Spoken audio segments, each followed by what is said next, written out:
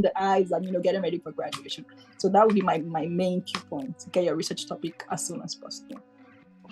Okay, yeah, that's good. I think for our viewers that will help a lot there. Uh, did you at any point in time experience any form of fear of graduation? That is, Yes, I did. if I'm I actually unable did. to, But you did.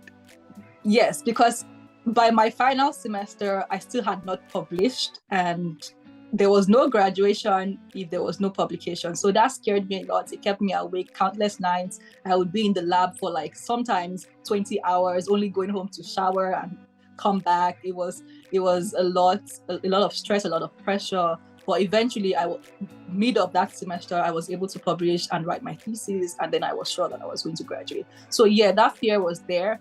As a matter of fact, I knew people that were in the same situation as me, and they were not able to graduate because by the time their publications were accepted, it was past the time where they were supposed to submit it to the school, so they couldn't be added to the graduation list, and they had to wait an extra semester, literally doing nothing but just waiting for graduation. So yeah, I had that fear. For a student on scholarship who could not graduate during the right time, that student loses his scholarship, isn't it? The funding will be off. Yes, so the student loses their scholarship, their funding, but they're still technically scholarship students. They just don't get the funding required to, like the stipend. They don't get that stipend, so they're off. I have a friend that was also on the GKS scholarship, but Now, she had hold to on extend there. by 1 I'm going somewhere. Is that what fuels the fear? Oh, well, in my case, that was just partially what fueled it, but not as much, because I kind of knew that I was still going to be all right, even without the stipend from the scholarship.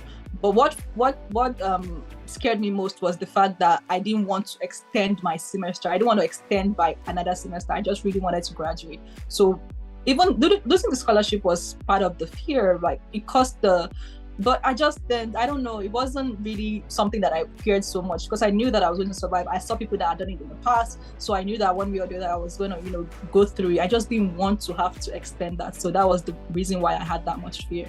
But yeah. Okay. So before we round up, there are just few items to discuss. Now, can you give us tips in writing successful thesis, or let me say tips on how to go about writing a good thesis which can lead to graduation also? During my case, I wrote my thesis, and my thesis I got an award based on my thesis I wrote.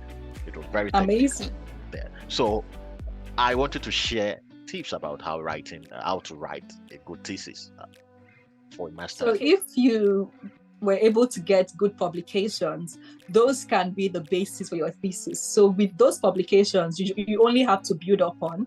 And so your thesis is already looking good by the time you include those. So I think one important thing is to have good publications. When you have good publications, you are able to use those to write your thesis, and that would help you to have like a good thesis, because if your papers were good enough to be published in the first place, they will make your thesis good enough to be in your thesis. You only just need to improve on those and then use those as basis to write your thesis. While I was in the lab, I came across people. I also did the same, and before my graduation, I came across people when they were graduating. They also included things from their things they were able to acquire from their publications, build up on that, and use those to write their thesis. So I think that helped a lot. If you have good publications, your thesis is literally half done already. Oh, I see that. Okay, that's good. Before we wrap up, I would like to know your performance. Can you rate your performance during your first semester? Because I believe first semester is somehow new to everybody. There's so many things are happening, strange communication here and there. Okay, how do we get along? What is the trick behind the exams or also assignment and all that? So can you just rate that in 30 seconds? Okay, on a scale of 1 to 10, I would say it was a 4. It was not good. My GPA was the lowest. I was struggling. I wasn't used to the exam system or the test systems there. I had to, learn and grab it. So it was not good. But by my second semester, I was already on top of my game. Like I topped it up. I was like 4 points. I had all A's. Hold on there. can you highlight one or two things which you feel this is what resulted to the flop in your first semester? Okay, so I didn't understand the system of how they took tests there. I came from a country where you had to study your notes like a lot to be able to take the test there. But in my school, I don't know if it was the same for every Korean schools, but in my school, it turned out that the lecturers or the professors would usually give you like what you were supposed to study, and they were mainly based on the previous things they had already given in the previous tests. So you just needed to revise those, and any extra that was left, add it to it, and you pass. So I went to the exam and I saw students, Korean students, leaving the room like 30 minutes into the exam. I'm like, how did these guys finish so much exam in just 30 minutes? So it wasn't clear to me until I asked questions and I saw that this was the method they used, and I just applied that. And next semester I had all A's, if I can remember. So What was I the just had to method learn the system. Okay, so they had areas that the professors already mentioned that this is where your tests are going to be coming from. We should focus on this, and you should answer the questions this way. So you didn't necessarily have to follow the textbook format to answer questions. You had to look for a shorter method. That's why they were able to finish on time, because they looked for a shorter method to derive the answers to the questions that were asked. So you're still essentially answering the same question, but in a different way, in a shorter way, in a more precise way. And so I learned that and I used that, and it worked for me as well.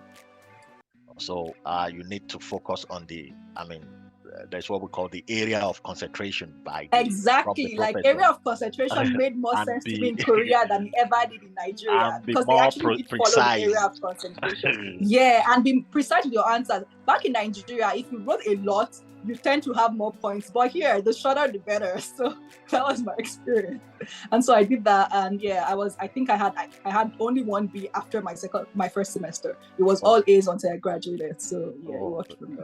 Fantastic. Okay, so I want to have this question that we have many as well, our viewers.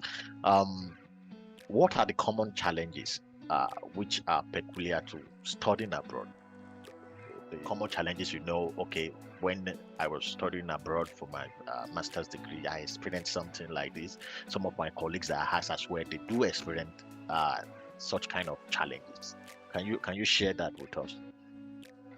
Well, I would say that first of all, you are away from your family. If you're not someone that moved to a different country with your loved ones, which is usually the case for students, you come here alone. So you are away from your loved ones and friends and family. You are meeting new people in a new place. So adapting is already difficult at first, and then you also have to combine that with the difficulties of your research. That might take a toll on a lot of people. I remember my first week in Korea, I literally cried.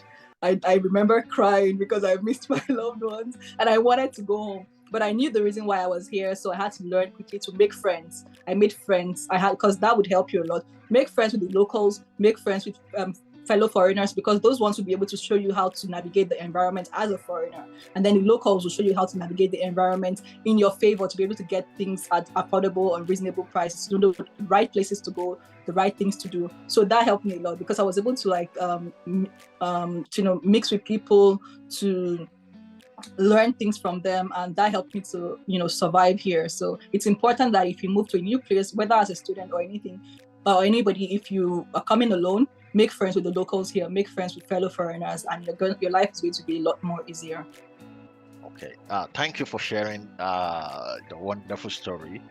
I have one more question before I will ask you to give advice to somebody who wants to study for a master. I believe there's life after research, isn't it? Mm-hmm. After you are done with your master's degree, some wants to go further for their PhD. Some after that wants to go for postdoc. Some wants to work maybe for a while and then go back to research, or some wants to go into the industry fully. Now we'll be looking towards working after master's degree research. Let me put the question this way. Is there anything a student or a research student needs to do in order to aid getting job after graduation if they're interested in working?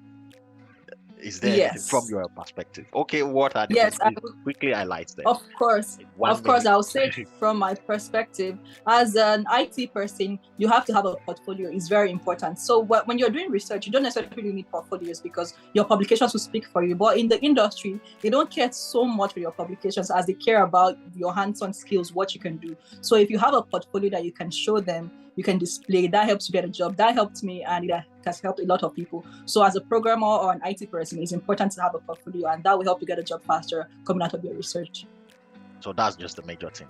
You need a portfolio. That's the major thing for IT people. For people that code, Okay, related it's important to have a portfolio. Yes, it's important to have a portfolio to display what you can do, and then they see that, and they would be able to give you a chance. So yeah, you can get a job faster coming from research if you have a portfolio to show.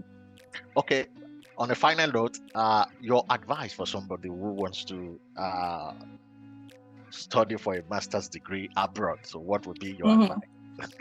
Well, if you're looking to come through a scholarship, then learn to write cold emails. That has never been as crucial as it is now because you have a lot of Please, can you competition. repeat that People are again? reaching Learn to write. Learn to write cold emails to professors, to advisors, to the people you want to supervise you doing your research, because that is going to make the difference in whether or not you get a scholarship. If they like what you have written to them, if they like your interests and it aligns with theirs, they would give you they'll give you an opportunity, and then you can discuss with them. If you guys come to a mutual ground, they would aid you getting the scholarship because they just only have to reach out to their school and tell them, oh, I want the student to work in my lab. And that is it, literally. You're going to be you're almost certain that you're going to get the scholarship. So learn to write cold emails, reach out to as many professors as you can in the areas you're interested in. Whichever one replies or responds to you, you pick it up with them, and scholarships await you. So yeah. Okay. Miss Avi, thank you for being on the show. I would like to recap some of the things you've said. Okay. We started with how about research flexibility, that older professors are more flexible than younger ones. And then one of the core values one needs to be successful in research is that you need to get your research topic as early as possible. And then to have a good thesis, you must have a good publication, which will serve as basis for your thesis. And then so that you don't flop in your first semester, you need to understand the system and then focus on the concentration area with more precise answer during test and exam, all of that. Then the challenges you need adaptation is one of the challenges that can be boring sometimes. You need to make friends, and then research can be difficult at the early stage as well. And then getting a job, you need to have a portfolio. And then to get a scholarship, somebody who wants to study for a master's degree, you need to learn how to write a cold email to professors. Thank you for being on our show.